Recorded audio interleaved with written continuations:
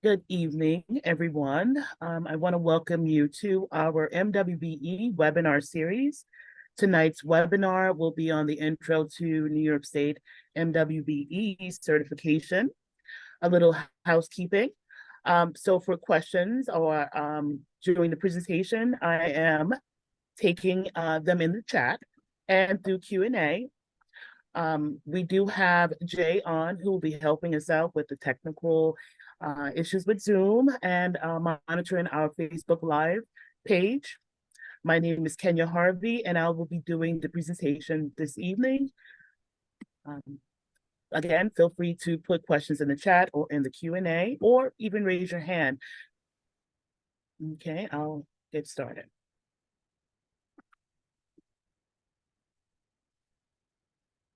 So tonight's agenda, we're going to talk a little bit about the MWBE, the background of it, and Article 15A of the Executive Law, and the disparity study.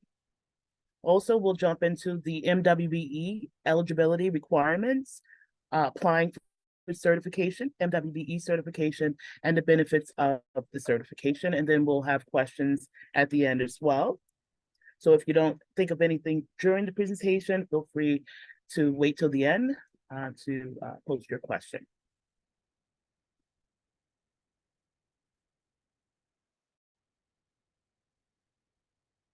Okay, we'll start with the disparity study. If some doesn't know what the disparity study is, it is a requirement of Article 15A. In 2010 and the 2016 disparity studies, and result of those studies, they found statistical evidence of underutilization of MWBEs in state contracting in prime and subcontracting participation. The 2016 findings also saw that primes at 32.54% in non-construction and at 13.84% in construction-related activities. In subcontractor participation, they saw that it was high at 28.84% in construction and low of 22.96% in non-construction services. The disparities are bigger for MWBE prime contractors that provide construction-related services, such as architects and engineers. The study recommended that the state continue to utilize Governor Cuomo's 30% MWBE participation goal and to enhance the efforts to engage and support MWBEs.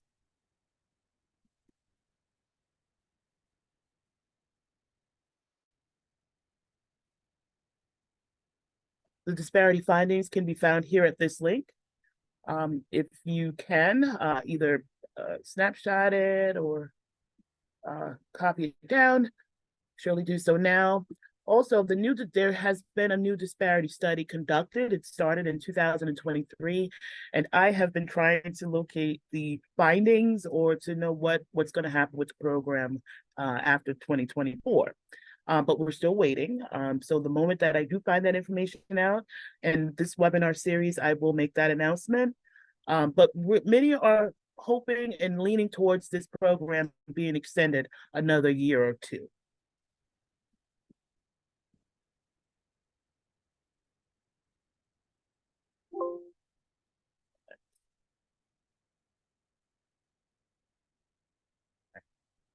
So Article 15A of the Executive Law was signed into law on July 19, 1988. This law created the Division of Minority and Women's Business Development. Their goal is to promote employment and business opportunities on state contracts for minorities and women. Under this law, the New York State agencies are charged with establishing employment and business participation goals for minorities and women.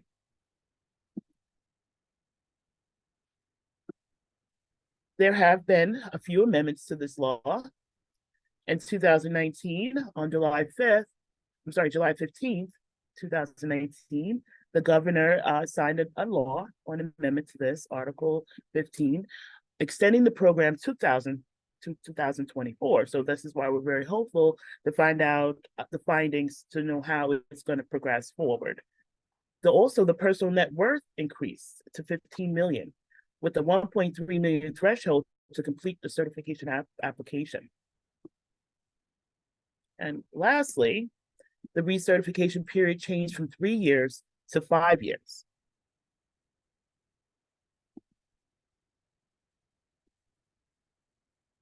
So the Division of Minority and Women's Business Development, their mission is to promote equality of economic opportunities for MWBEs and to eliminate barriers to their participation in state contracting. Their key objectives are to encourage and assist state agencies and to award a fair share of contracts to MWBEs. Also to review the applications by businesses seeking certification and maintain a directory of certified MWBEs. And lastly, promote the business development of MWBEs through education and outreach to New York State agencies as well as MWBEs. Let's jump into a little bit of the eligibility requirements. So under Article 15A of the executive law, any for-profit firm that is at least 51% owned, operated, and controlled by citizens or permanent resident aliens who are either a woman or a minority is eligible for certification. The list of minority groups who are eligible, just take note. Black persons having origins from any of the Black African racial groups, Hispanic persons of Mexican, Puerto Rican, Dominican, Cuban, Central or South American descent, or either Native American or Latin American origin, regardless of race. Asian Pacific persons having origins from the Far East, South Asia, Southeast Asia, or the Pacific Islands. We also have Asian Indian subcontinent persons having origins from the Indian subcontinent. And we have Native American persons having origins in any of the original peoples of North America. I just want to check the chat because I do see a question there. No question, I guess it's just information. Okay, no problem. Sorry for that. So yeah, Native American persons having origins in any of the original peoples of America. These are the minority groups who would be eligible to apply for the MWBE certification with New York State.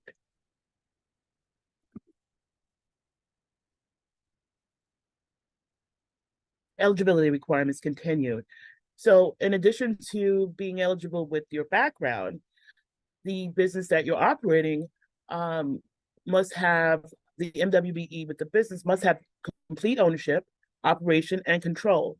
All firms seeking MBE, WBE, or MWBE certification must be independently owned, operated, and controlled by minority and or women members. The ownership must be real, substantial, and continuing, and the minority or woman members must exercise the authority to independently, I stress independently, control day-to-day business decisions. The reauthorization of Article 15A increased the personal net worth certification cap to $15 million. And it also authorizes the director of the DMWBD to establish additional P&W limits depending on the industry. P&W is personal net worth. If the P&W exceeds 1.3 million at the time you're completing this application, you must complete an attachment B worksheet in addition to the attachment A, the personal net worth affidavit. In addition, exclusions to the P&W calculations have been expanded to include the need to report ownership of holding companies established to lease machinery, equipment, or vehicles to the certified business. Also increased the cash value of the retirement savings from $500,000 to $750,000.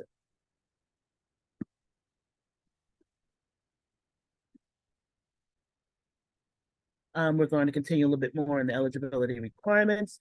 Again, it must be independent, active, and in business for at least a year. The firm must operate independently of other firms and must demonstrate business activity. Key component, this certification is for profit businesses only, so you must be able to show proof of your business activity. Please note that out-of-state applicants, if the firm is to be currently certified as an MWBE in their home state, if that process exists. And before applying for MWBE certification, the firm must be registered and authorized to conduct business in New York State and have a presence in New York. All applicants, okay, let me go back to have a presence in New York. So if you're an out-of-state business and your company is in Florida, let's say, right, and you want to do business in New York State, you have to make a presence here. You know, open an office, maybe open a bank account. You know, there has to be some activity here in New York State as well as, you know, applying for that authority. So this must be done prior to applying for certification here in New York State. The small business restriction is that the firm cannot exceed 300 employees, full or part-time. So small businesses have less than 300 employees. If you do have more than 300, you would not be eligible to apply. I see a hand raised. One moment.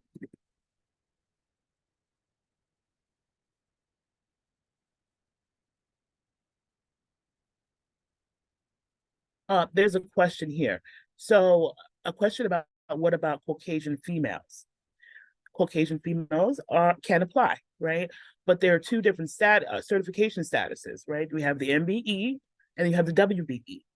Caucasian females would fall under the WBE certification. So that's what you would apply for. And I still have a hand raised.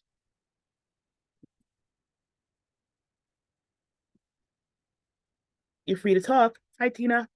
Hi, I just had a question. Can you go back to what you said about opening up a bank account in the state of New York? You said you have to do business in this state, but if you had a business in Florida Mhm. and the majority of your work was done in Florida and all you had was a bank account in the state of New York, would that negate your qualification?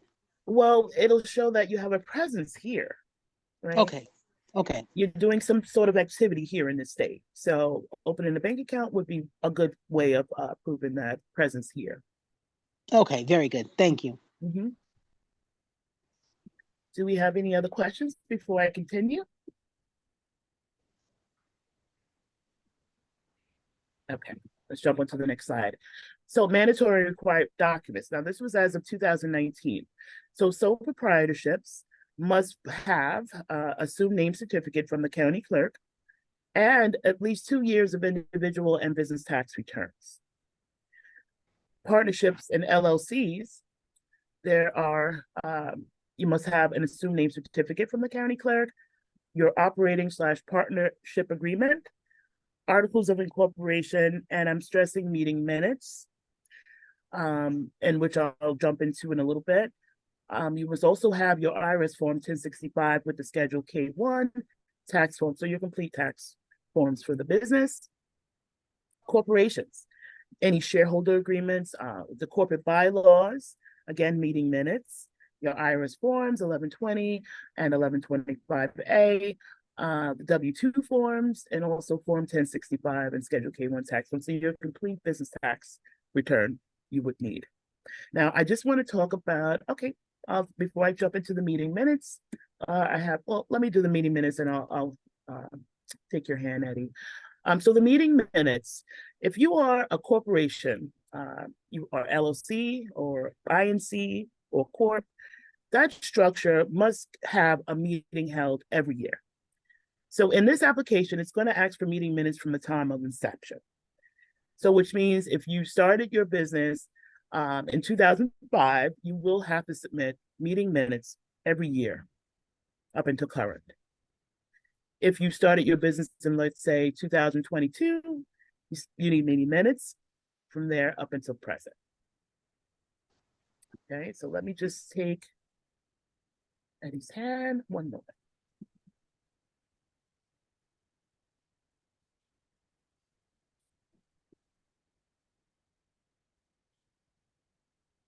I have to go back out. One moment, Eddie.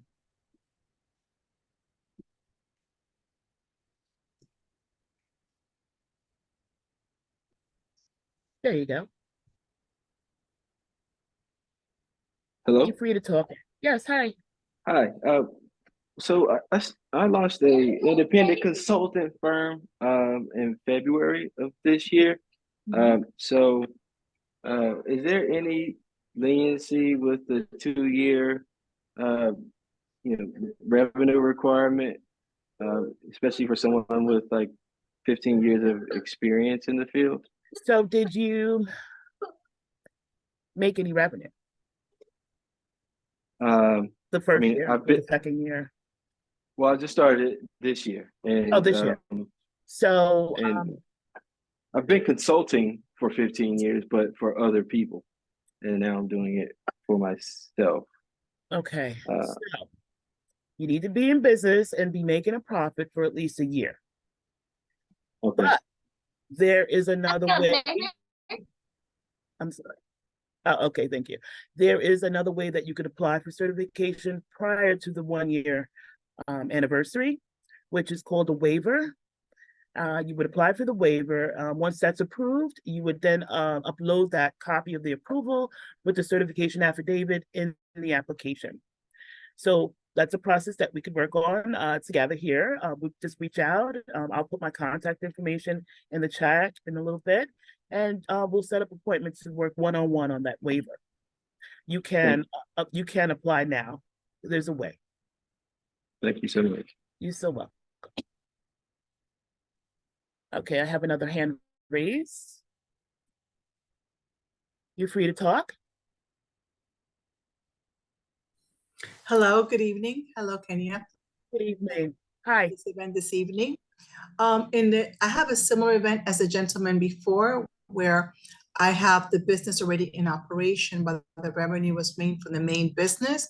So the revenue is not reflecting on the consulting side of the business. It's reflecting on the actual company before that. Would I need to apply for a waiver as well? No, Okay, because you're able to show activity prior, okay, right? It's the paper trails, right? So from the moment that you started that first business as a sole proprietorship, I'm assuming, right? correct. So the sole proprietorship, the the county clerk registration paperwork, Yes. right? And then we'll end up showing the business, the new structure, right? Okay. Now, are the activities blended, or is it you took one out to do another? They're blended. Okay, that's fine. And would I also then have to go to the other company and obtain all the corporate bylaws and corporate minutes? Mm-hmm. That's most needed in this application. There's a lot of sections where you would have to upload those documents. And I double back on the meeting minutes as being one of those sections that I see that some owners don't really do, right? And then we work on that together here. Excellent. Would I need to schedule a meeting with you as well for that? Yes. Now, I do want to know, because I was going to wait to the end to bring this announcement out, that I am in the process of setting up 2 classes, right? One in the morning, one in the afternoon, because of the demand for, those willing to apply for certification. We're going to create 2 classes. And you're free to sit in these classes to receive the guided assistance from me there. Thank you so much. I appreciate your time also. You're so welcome. Thank you. I do have another hand raised, so one more moment. Hello. Hi, good evening. Thank you so Good much again evening. for this wonderful session. Yeah, Just had a quick question about the minutes. As a single member LLC, are minutes still required? yes. So the structure cannot run itself, right? So there Okay. has to be someone there deciding on the next course of action for this business.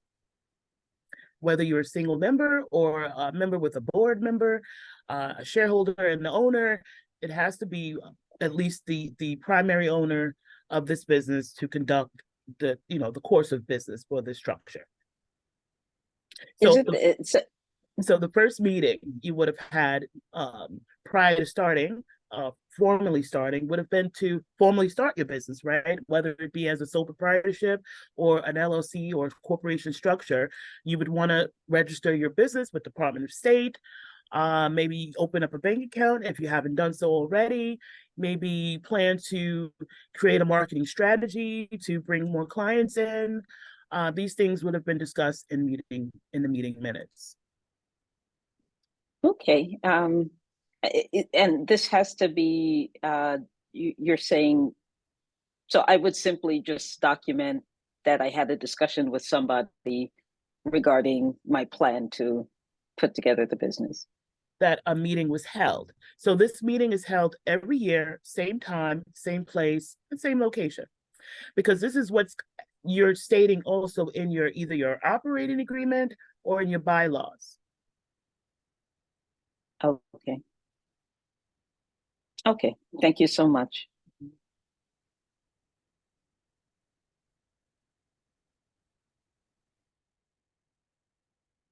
I do see a few more hands raised. If you have any other questions, you're free to jump in right now.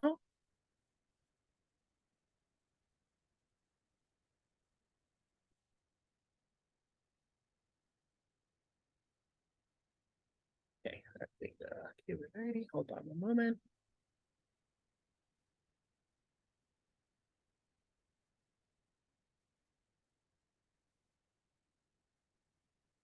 So, I have two questions here, and I know we already probably cleared this up on the air, but in reference to the meeting minutes, what a solopreneur, how would a meeting minute look like with them? Again, you know, if it's just one person, it has to be someone, right? Whether one person or more that are in this meeting and deciding on the next course of action. So it's okay that you are a one-man show and the only one at your meeting. I hope that answers your question. The next question is that I have a New York Inc. that operates in Africa. Am I eligible? Now, your home base is here in New York State. And in New York State and formally operating, you would have a bank account, you would, you know, be, you know, doing business, you know, to maintain operations that is here in the state.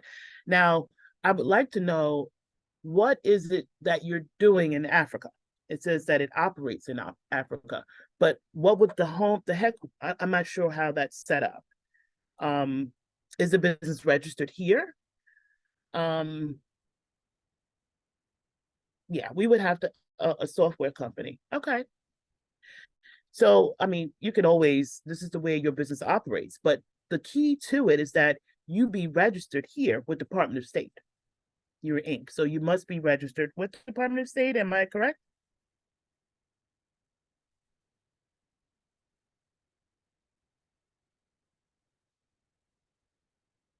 What if you purchase your business using ROBS? Can you still apply? What's ROBS?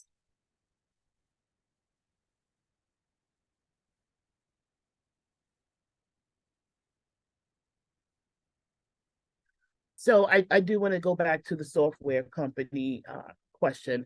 So yes, you should be able to still apply for certification if the business is here. It's the headquarters that it's here. It's just how you're operating in Africa is how you are doing operations, right? But as long as it's operated and you're registered with Department of State here, that should not be an issue.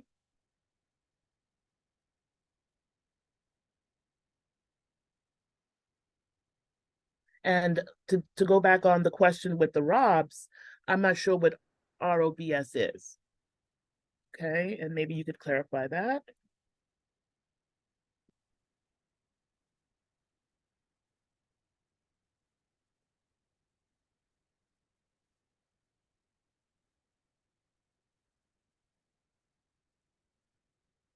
So another question here I have, does WBE offer less benefits than MBE? What is the big difference? So they're the same, right? WBE and MBE are the same. It's 15-15. It's a 30% goal. So each will have 15-15, right? The difference with being a WBE and an MBE and an MWBE, the MWBE, you get the whole 30%, right? If you have both certifications. being just a single WBE, you only get half of that.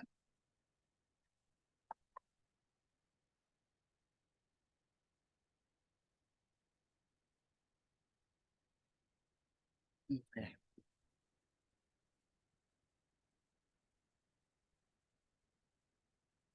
Rollover, 401k. That's your personal. That's your individual, right? Source of funding. So this would be a source of capitalization. If you purchase your business using the rollover for a 401k, then you can still apply. This is a source of capitalization.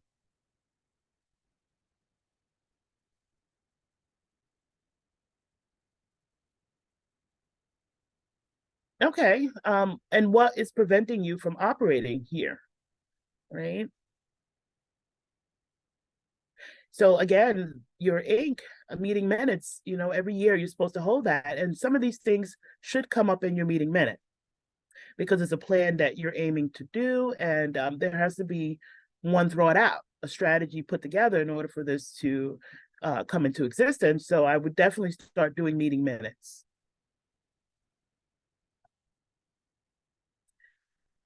Okay.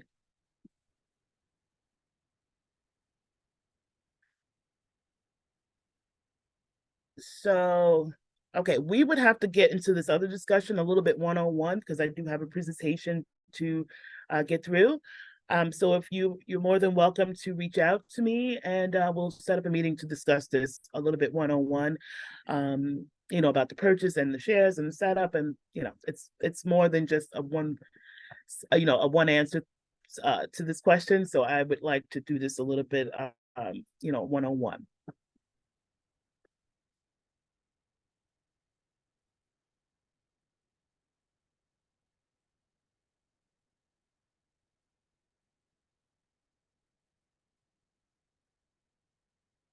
I have another question here. Last one before I get into the presentation, I promise. It says, hello, if you have a MWBE certification in the County of New York, is there a fast track application process? There is. And I'll get to that a little bit later in the presentation.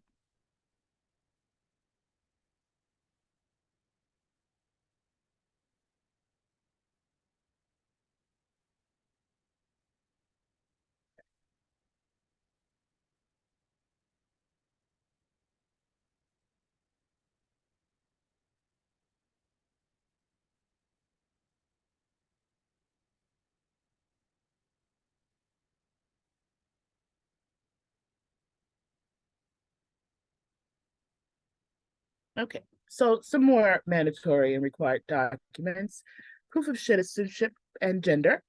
So in this application, you will, there's a list of documents that you can upload, but for the most that I see that is being used are the birth certificates, your driver's license. Well, the birth certificate will be used to support your MBE certification.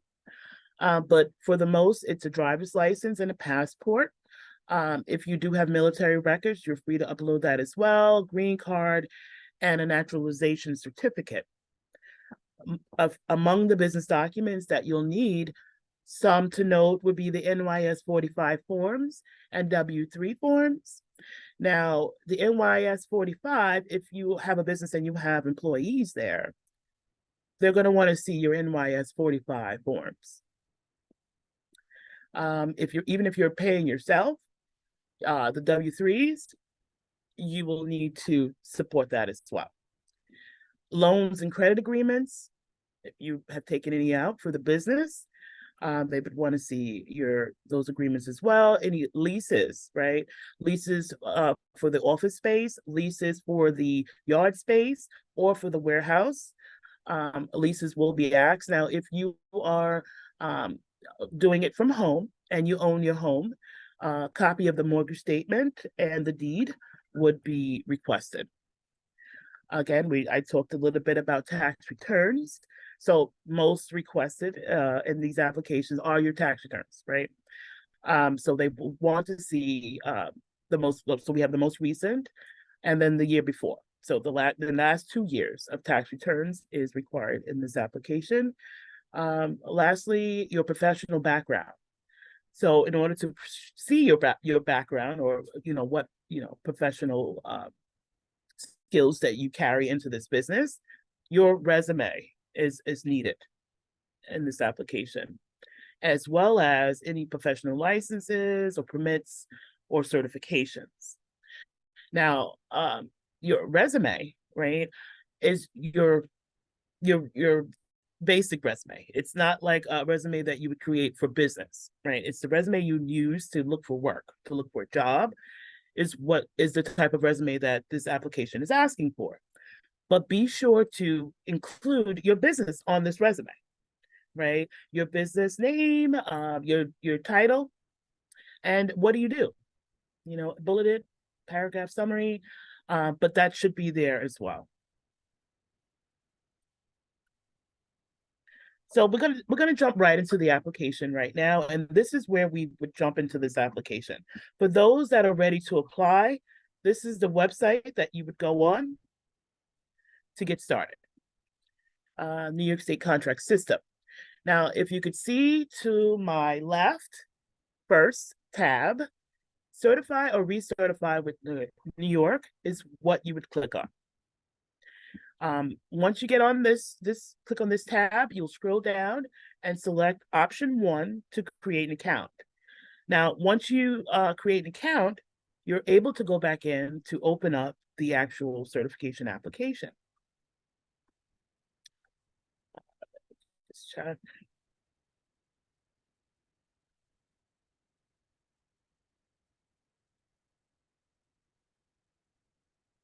And the URL or the website address is here below in pink. ny.new.nycontracts.com. Now, on this site, in addition to completing the certification application, you're able to view opportunities 50,000 below and over 50,000. And also, the biggest thing here, search the directory. So once you become certified, you'll be added to a directory of certified MWBEs that New York State has certified. And this directory will have buyers, subcontractors, other MWBEs come to the site to search for certified MWBEs for contracts. So, just think, we'll jump into another, I talk about your description, your business description, which I'll dive into that as well later on in the presentation, must be very descriptive. Okay, just gonna leave it there.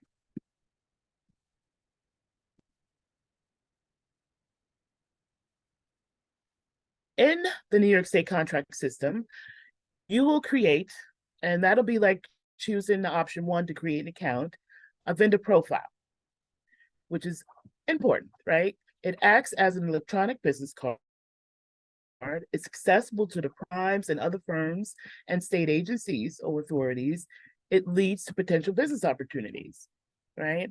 Like I said, this is where they come to search for certified MWBEs to fulfill a contract. So in the contract RFPs, there is a form in there that they need to complete. It's the MWBE utilization, right? They have to state how they're going to utilize an MWBE. Also in those forms, I've noticed that there is a waiver in there for that firm to utilize if they could not find an MWBE. But for the most part, that waiver may or may not be approved, right? Because the goal is to do your best effort in locating a certified MWBE to give 15, let's say 30%, depending on, what they need to fulfill, 30%, right? MW to fulfill that goal. And I want you to, once you do that, just keep the information up to date. If you change your phone number, if you change your address, if the email is different, go back in here and update it. Because again, this is where they go to look for certified MWBEs. Now, just note that once you create this profile, it isn't the same as completing the certification application. And any business can have a vendor profile regardless of the status. So even if you're not certified, you could also just have your profile there. It just would benefit you to be certified for when this opportunity comes, because again, these state agencies or authorities have goals that they must fulfill. Let's talk a little bit about the application process.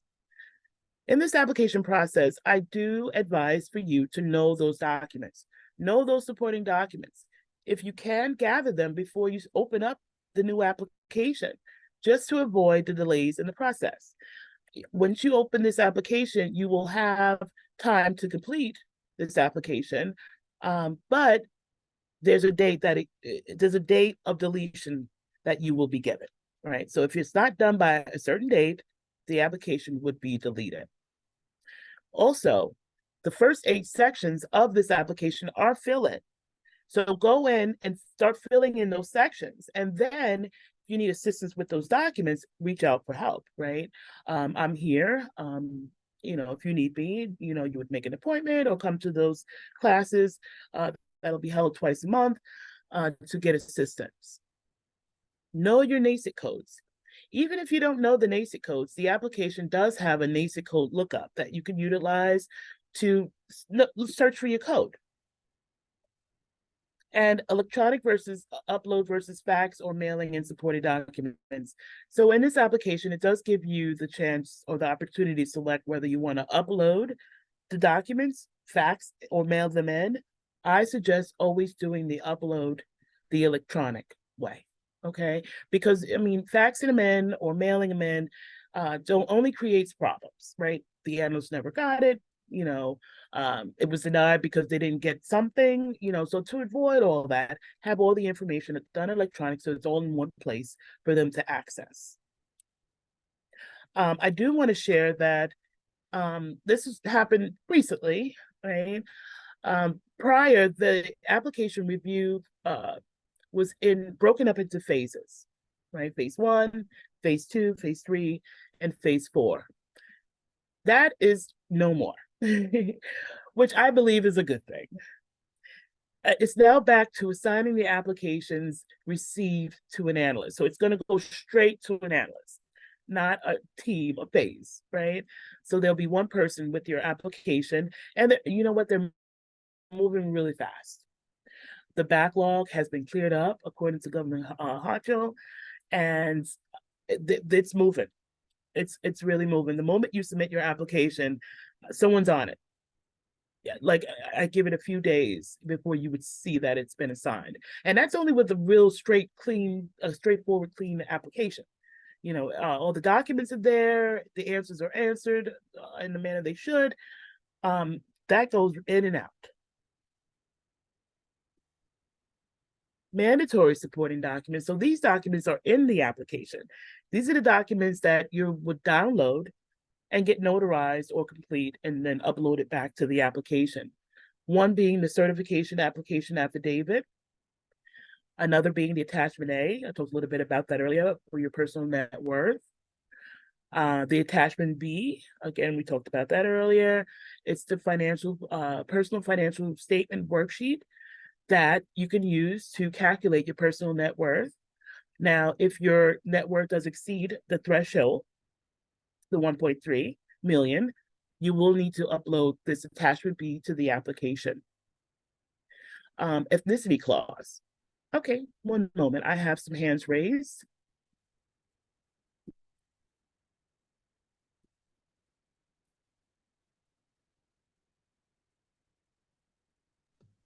Hello. Hi, Jacqueline. Hello. Thank you again. I have a question about the personal financial statement worksheet. Mm-hmm. How do you submit it if you're married, but your business is 100% ownership under you? So submit it if you're married. So if you're married, as far as like net worth or In terms of net worth, yes. so you don't count your primary residence Okay. when calculating this, right? And so anything after that would be half.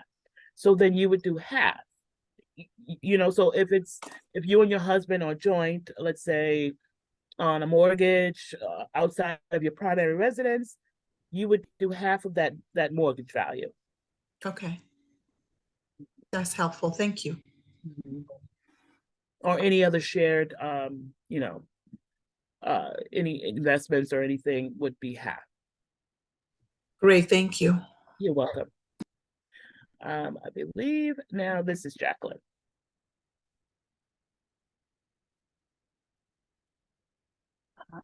No, my question was the same.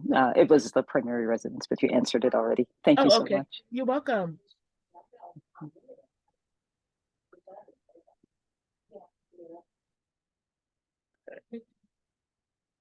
Are there, I see a few more hands raised. Not sure if they're just up from the last or you guys have your hands raised now. So if it's for a question that you want to address now, just leave it raised. If not, please put your hands down. Okay.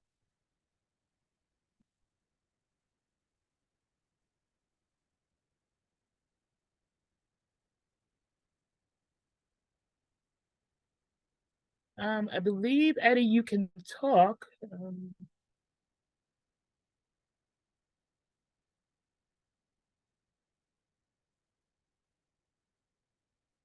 I'll check the chat. Hello? Yeah, my Eddie? question was, Okay. can you hear me? Yeah, I can hear you. Yeah, my question is around soliciting subcontract opportunities. Is that something that you recommend doing? Soliciting subcontractor opportunities. That's what you said?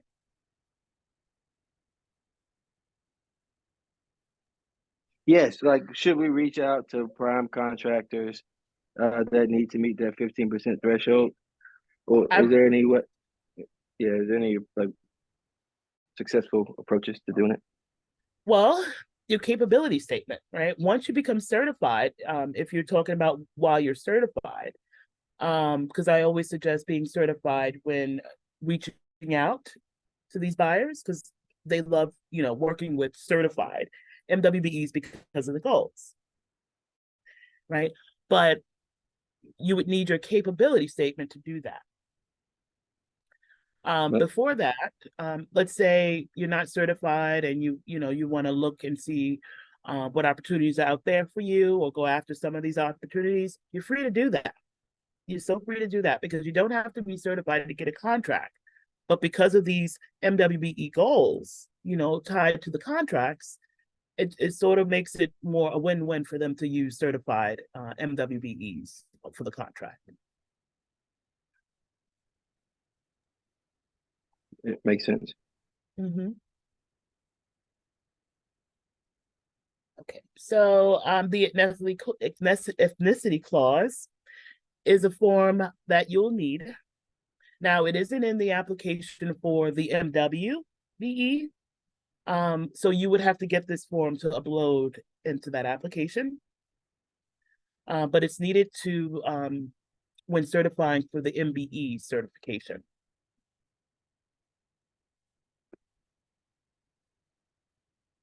Okay. NAICS codes. So the NAICS code is the North American Industry Classification System and is the standard used by federal and state agencies to classify business establishments and the goods and services that they provide. These codes that you select must represent the current business activities that you're currently performing. The codes for activities that are not yet performed will not be approved. So if you're thinking about, adding in a service that you have not already been doing, you won't be able, it won't be approved. One, because you won't be able to provide the documentation that you need to approve this activity. One, right? So I suggest doing the activity, find a client or two and have, let them pay you for the service. And then you would invoice them, and preferably a check what is preferred as proof with this certification. But if the payment comes in electronically, just proof of the, copy of those transactions showing that payment coming into you would be accepted. Just note that if you complete this application and all the activities are not there, you could always update these codes later, or this information later in the profile. But updating the profile, you still would need to provide proof. So just try to find a client, sell the service, You may have to go really hard, you know, if it's your first year or so, but you have to get a client, you have to have them pay you for that service. I have a few more hands raised. Hello.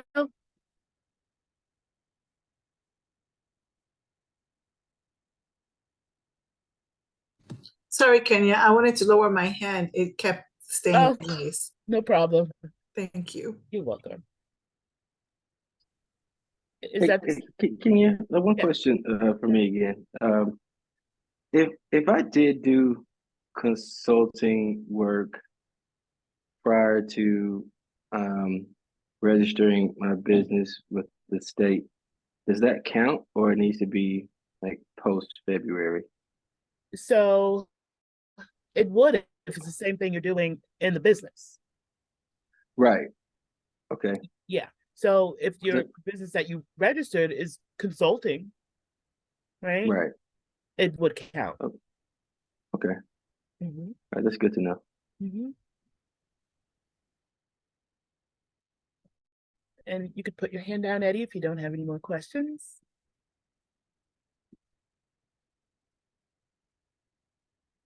So I just want to jump back to the codes and the updating the codes later on.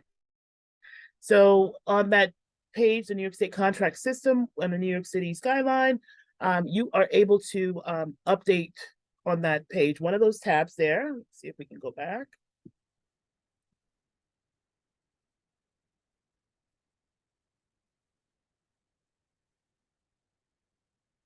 Right here.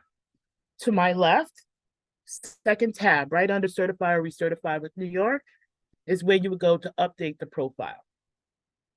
And this is where you would update that information.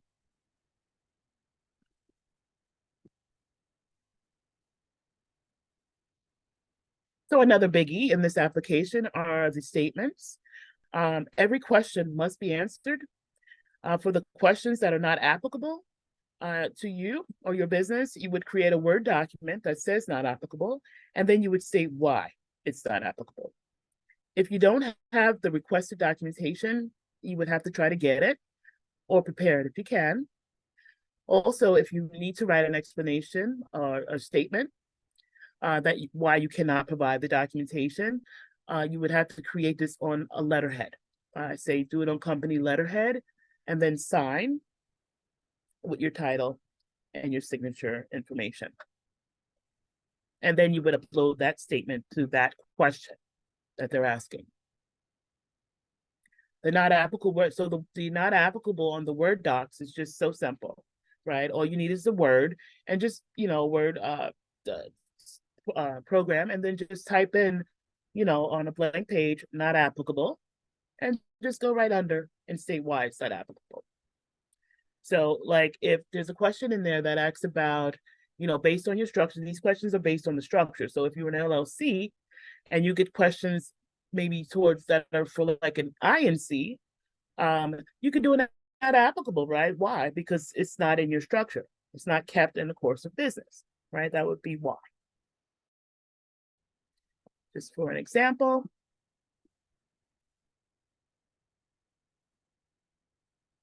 A big topic here is the sources of capitalization.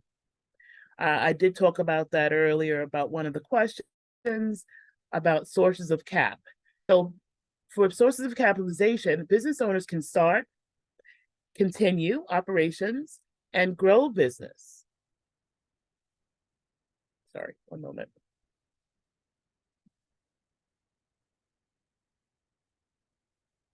With some, sorry, this just went all the way down.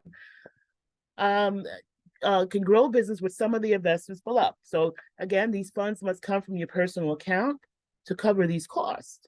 So you cannot use the business bank account or credit card to purchase these things and then use them as a source of capitalization. So again, these must have come from your account, or maybe you were the one who took out the loan, personally took out a loan to cover costs involved in the business. So some of these investments can include major equipment. You know, if you have a restaurant and you need to buy a fridge or an oven, some of these would consider to be made, a source of capitalization, especially if it's purchased with your own funding.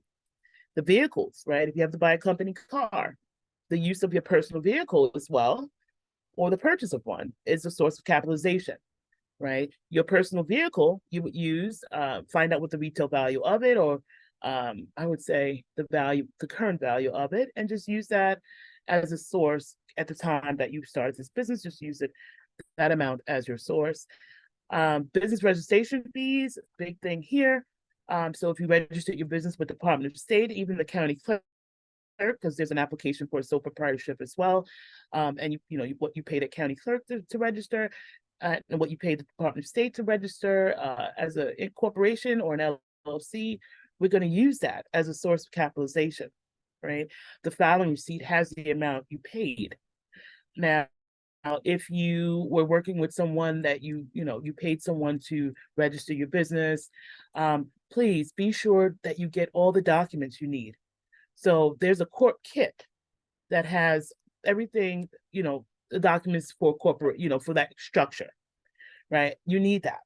So if you paid someone to do this and all you got was, sometimes I don't even see the filing receipt. Maybe just the articles of incorporation or the certificate of incorporation, and that's it. Just know that there are more documents you need other than that one. So please, if you have done that and don't have all of your documents, please reach out to them and find out, if they can help you get that. And if not, I'm more than welcome to give you the information on where you can get a corp kit. Staples, you could go there and order one as well. But yeah, there's a lot of companies out there that actually do this, so you can easily get one. It's just you would have to pay for that kit. Again, if this should be included in their fee when they give it to you. So I don't know why they do that, but at the same time, there's always a way to get one if you don't have it. Real estate, the purchase of land or real estate, another source. If you had to purchase inventory, supplies, definitely a source, again, with your own funding. Expertise, which is a big. So if you're in an industry that, requires a certain knowledge or ability to operate, and you have it coming in, you're going to use that as a source of capitalization, right? Yeah, because without this expertise, you would not be able, the business would not be able to function, right? So, definitely use this expertise coming in as your source.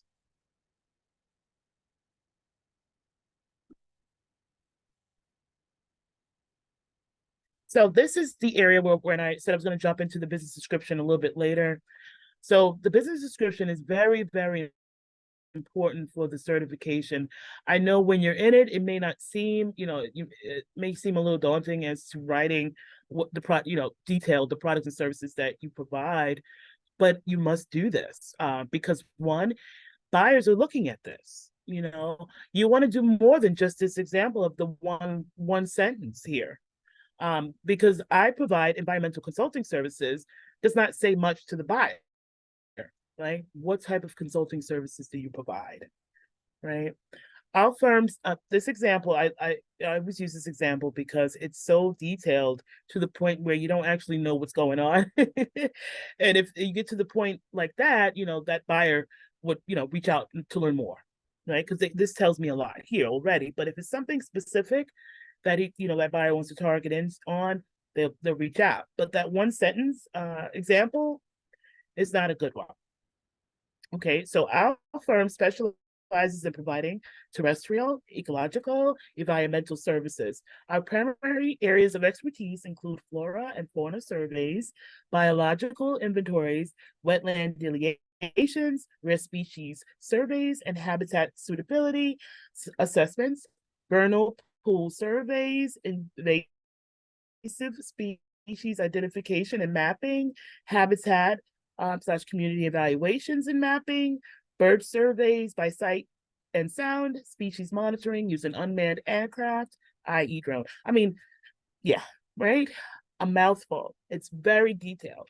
And you don't even know if he left anything out. This description leaves anything out because it's so detailed, right? And this is how yours should be. I had a client who got certified, and again, we stress being detailed, right? Description very detailed. The day he got certified, he got a call for a job to do a project, right? And it was very, he was excited, but at the same time, this is how it works, right? You have to, you know, use this area as your marketing pitch to the buyer. Being detailed says a lot.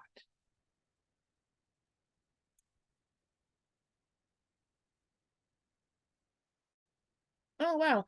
So I have a comment here in the chat that the Corp Kit, okay, the Corp Kit is about $112 at Staples, and you'll have it in a week and a half. So that's a great turnaround time, and it seems like a cost-effective purchase. So definitely, if you need this kit, please look out, go to Staples, and inquire more.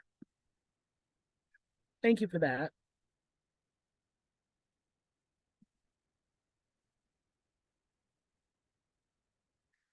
Fast track applications, right? New York State-based firms certified by the County of Erie and City of Buffalo Joint Certification Committee, New York City Department of Small Business Services, the Port Authority of New York and New Jersey, New York and New Jersey Minority Supply Development Council, Inc., Women's President's Education Organization. If you're certified as a disadvantaged business, DBE, with any federally funded transportation agency in the U.S., if you're certified as a federal aid disadvantaged business with the U.S. Small Business Administration, are able to apply for fast track applications. All right, the certifications must be current with these agencies and have more than 3 months remaining before expiration to be eligible to complete a fast track application. This fast track application will want to see the certification with these other firms. So, and to see that, that it's not expired. So please, if you are eligible to have a fast track application, just please do so before it expires, right? Within 3 months before it expires. I have a raised hand. I'll take the question. Hey, this was actually one of the questions that prompted me to join the call.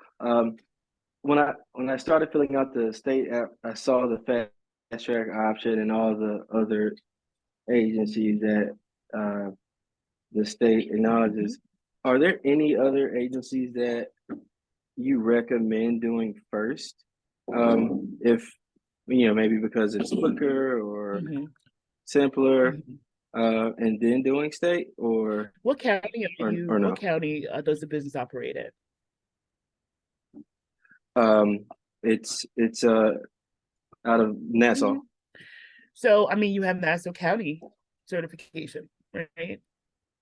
Okay. And then you have other areas, like you have New York City certification, you have Suffolk County certification. I mean, you could go to any of these, right? It's just that the New York State application is very comprehensive, right? It's the one that has all the meat, right? So if you would like to start off with any of those agencies or municipalities first, that's would be the simplest ones to start with. What about NMSDC? Which one? The National Minority Supplier Development Council. It's a trade organization that has a certification. A lot of private companies recognize. I mean, I don't know exactly what the process look like for them, and what all the applications are the same. It's just this entity that's helping you complete the application, right? So there isn't like a different application depending on the agency that you go to for the assistance. It's all the same. No, you're right. Yeah, I've done state, city, NMSDC, and they all ask for the same stuff. So Yes. So it just really depends on which application you would like to, like you said, the simplest one or the to complete first. Now I do notice that, having these certifications prior to applying for certifications with other agencies gives you a leg up, right? Because if you're certified with an agency already, that's just a big plus for you when applying. Yeah.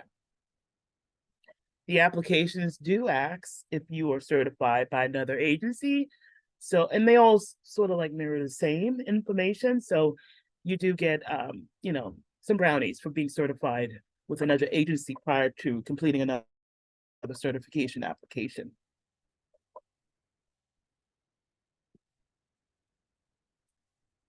Any other questions, Eddie, before I move on? No, ma'am. Thank you. Okay, great.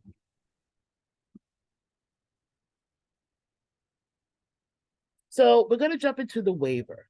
I know we talked a little bit about the waiver earlier, but the waiver of the one-year business eligibility requirement. So to apply for this waiver, again, you would have to have done an activity prior to formally starting this entity that you are, and seeking certification for. I do have a template here with all the documents that you would need now to submit with this request for the waiver.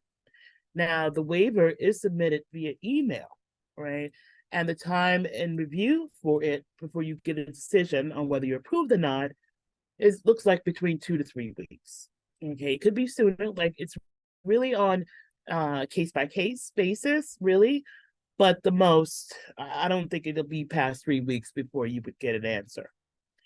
To obtain a waiver, you could either email the MWBE certification at esd.my.gov or give them a call there to get you set up, or you could always reach out to me and I can guide you through the process until up until the point where it's submitted, the request is submitted. And then once you get the response back and it's an approval, we can go ahead and complete the full application. Now, some of the supporting documents that you would need for this waiver would be your resume, the corporation document or sole proprietorship certificate from the county clerk's office, proof of the business activity. So a signed agreement between you and a client. Maybe you invoiced this client that you did the work with, and proof of the payment. Now, the invoice in the agreement should have like a description of the work being performed. Right. So they could see what services that you were actually providing to this client. In addition to that, let me just grab, hold on.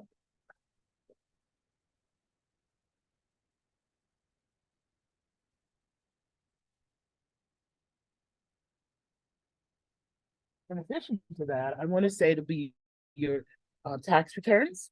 I actually couldn't find the document here. But yeah. Yeah, so for the most part, it's all about requesting this one-year waiver. Right. And you would have, like I said, just be sure to document either by an agreement between you and that client and have an invoice. And on the invoice and the description area, be sure to provide a description of the services that was provided.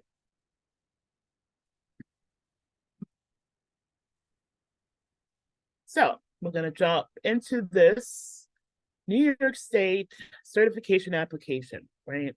I call this application the one-stop shop. And the reason why I call it the one-stop shop is because you can apply for certification with 3 other agencies while completing the New York State application. You can apply for certification with New York City Department of Small Business Services, right? Just by completing the addendum in the application.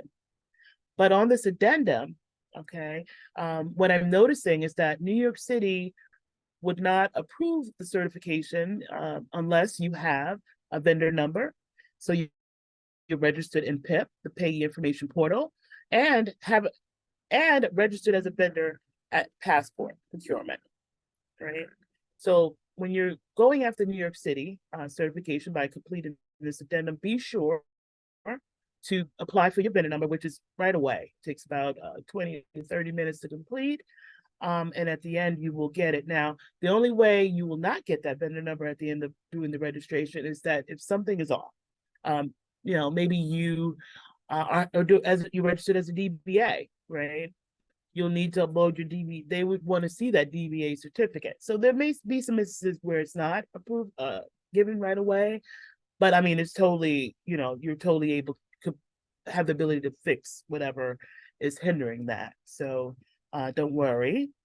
Also, in this one application, you can apply for certification with the Port Authority of New York and New Jersey. There's an addendum in this application for Port Authority of New York and New Jersey as well. Just note that this form must get notarized. Depending on your structure, right? There's on this notarized page, there's a section A and section B. If you are a corporation or an LLC, you always would do section B. Section A is usually for sole proprietorship or partnership. If you're not that, do not complete section A. Last but not least, you can apply for certification with the County of Erie and City of Buffalo, joint certification committee. Now, what I would suggest that if you're a business and you're on the island, and if you don't think it's something that you're able to actually physically go to perform the services, I wouldn't, not at this time, right? Maybe, later on you may consider having a presence in this area and able to provide services to the agencies there. But for now, I would suggest only completing the New York City Department of Small Business Services addendum and the Port Authority of New York and New Jersey. Now, the Port Authority of New York and New Jersey have a big project going on at the JFK. There's a lot of work over there, right? And I was on a call and to learn that they're only accepting those that are certified. So you have to be certified to do work with the Port Authority of New York and New Jersey or to get over into that contract with the new JFK. So I say certification is very much needed, especially if you want to see your business grow, right? Because I've seen businesses with certification go from making about $30,000 to $1 million, to $500,000, to $2.3 million. Believe me, there's work out there for you once you become certified.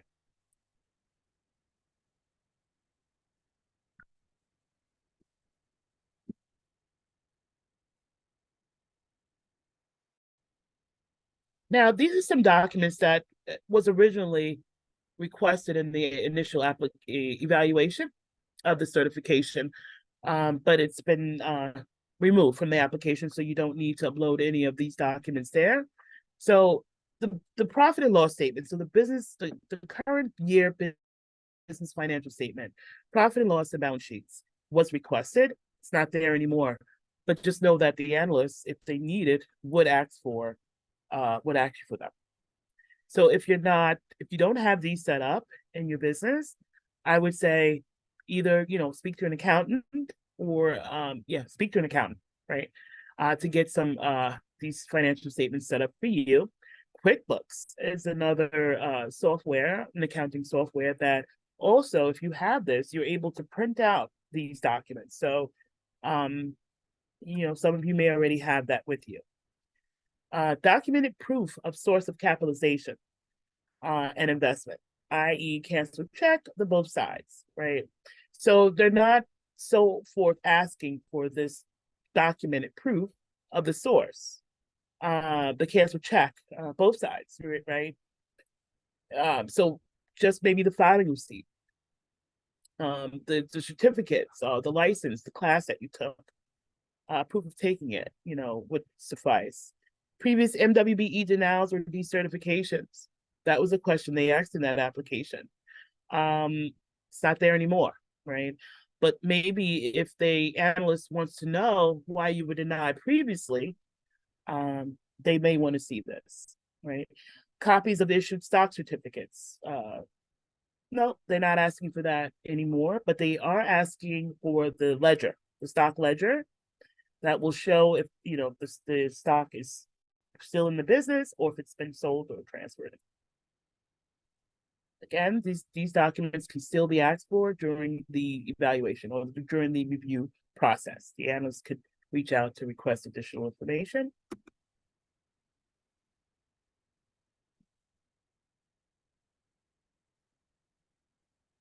The capability statement. The capability statement, I call the business resume, provides a brief synopsis of the business background and the capabilities that is given to target New York State New York State agencies and authorities for procurement opportunities. This capability statement must have your business logo, right? And is brief and must contain the company's core competencies, past performances, differentiators, and company information or company data. How do you utilize this capability statement to secure opportunities? First, you identify the opportunity, right? You see an agency that has a need that you could fulfill, right? Now, what you want to do is prepare and tailor your capability statement to that need, right? Once you do that, you connect with this buyer. Now, either via email, right? Or you stop by to drop it off. But you connect with the buyer so that they know who you are and know that you're there to help them with their need that they have, right? But it starts with preparing your capability statement and sending it to them.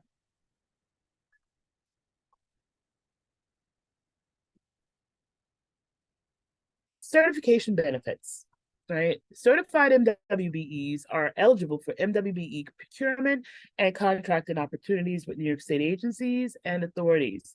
The MWBEs receive access to lending and bonding programs. So if you have a contract, right, and you need, funding to cover overhead expenses, pay your employees, maybe buy equipment or supplies to complete the work, there's lending set aside for this type of scenarios, right? So, if you're not sure where to go, I'm more than welcome to provide that information to you in time of need.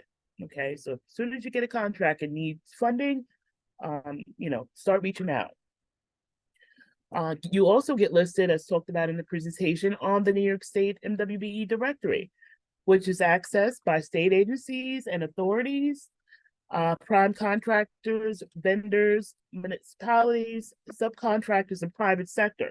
So all of these, they're all on the New York State contract system looking for you, right? Now, in addition to that, you also receive tailor alerts from the New York State Contract Reporter. So if you're not registered there as a vendor, please do so, because they will send you customized alerts regarding opportunities that's available for you. And I think that's cool because, you don't have to search for them all the time.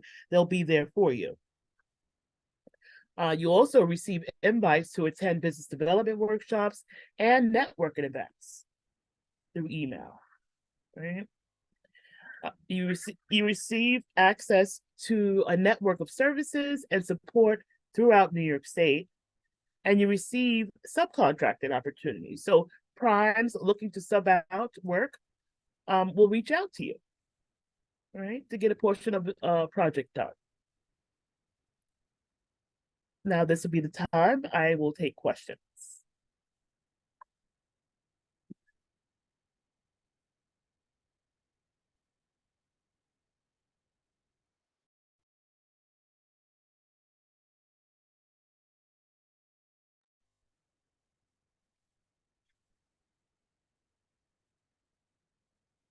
Me again. Does the capability statement, should it include rates, or is that not typically a part of it?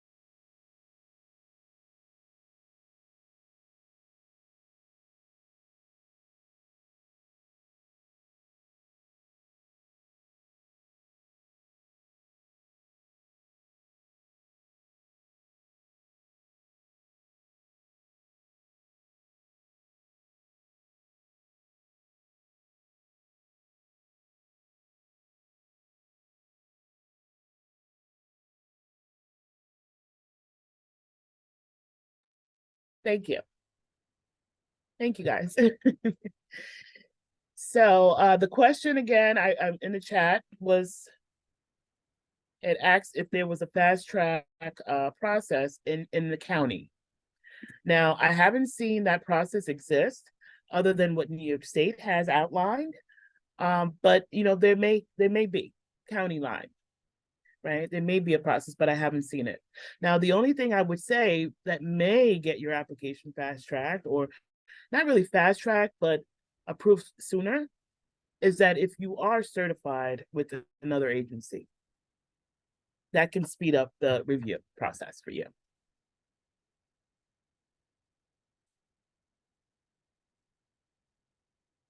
Hussein, which link were you not able to find?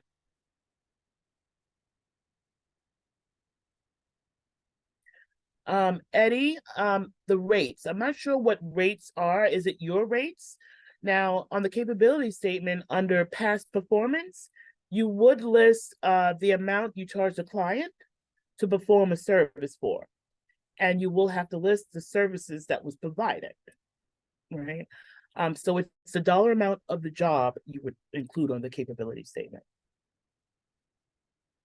Now, if your dollar amounts are kind of low, right, don't include the dollar amount, but do include the work that you perform for that client.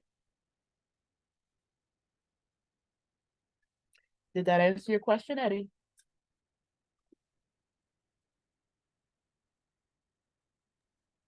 Yes. Great. What is an example of a bank signature card or letter from the bank? So this is a good question.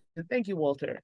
Now, the bank signature card, I know it says card, you know, bank signature card. You would think it's the bank card that you receive, the debit card or the banking card that you use.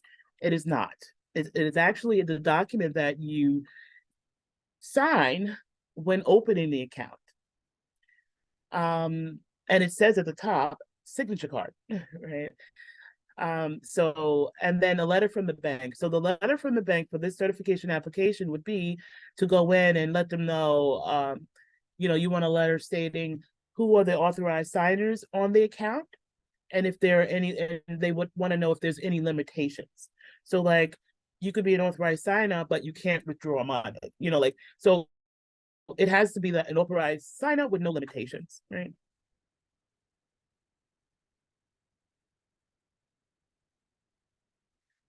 Will we receive a copy of the presentation?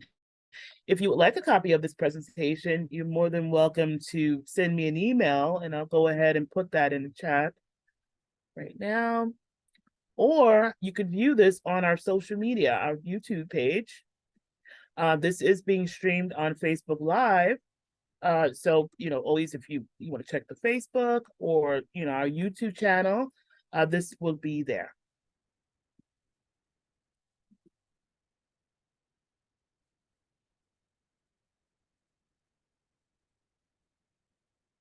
Okay, I just put my number, sorry, my email in the chat, and I'll be adding my direct line as well.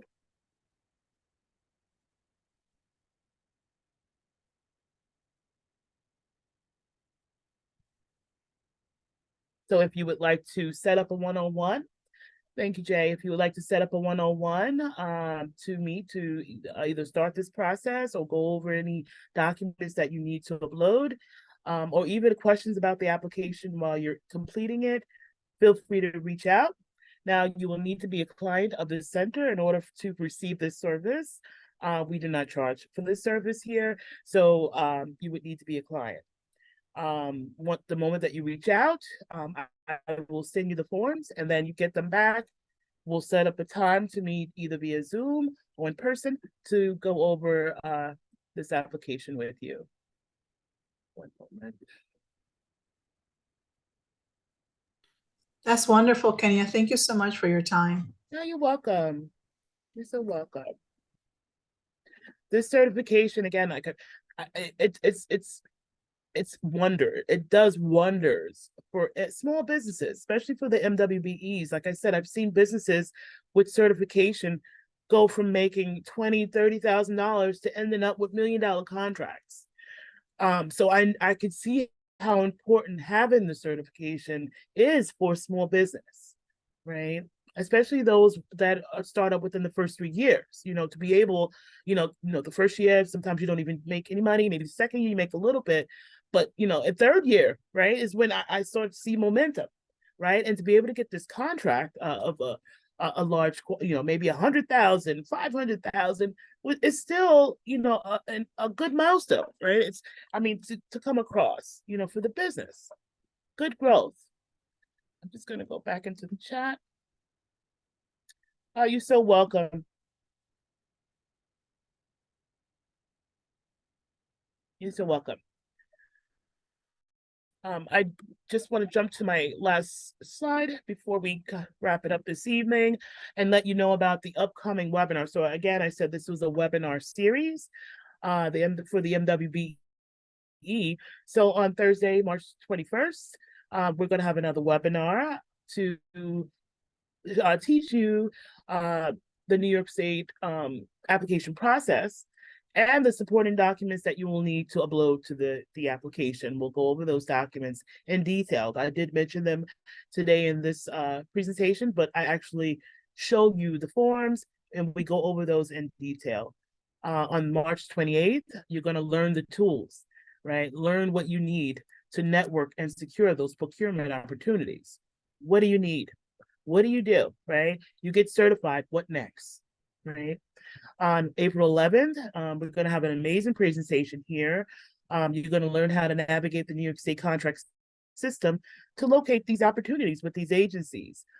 This presentation will be presented by Chris McCann. She is the administrator for this site. She does this presentation hands-on. So I say jump on, right? Because then she can help you with those keywords that you need in order to search for these opportunities. Because sometimes you get on these sites and you don't even know where to start with locating the opportunity or the contract.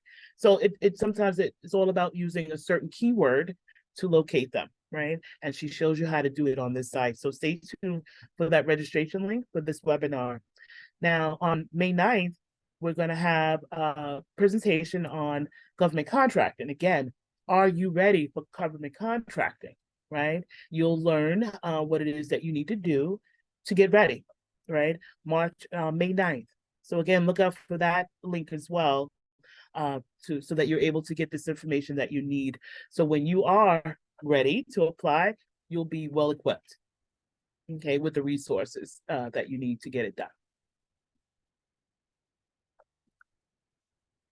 I'm just going to check the chat again. Looks like I do see. Thank you. Welcome.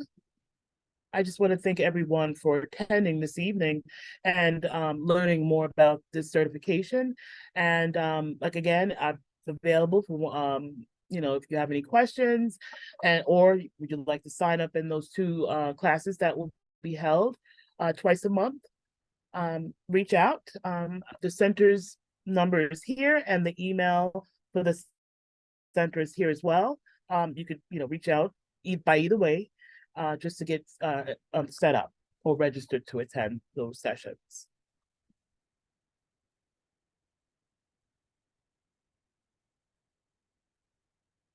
And if there's no other questions, I want to wish everyone a good night. And again, thank you all for joining us. And I look forward to seeing you at the next webinar. Have a good night.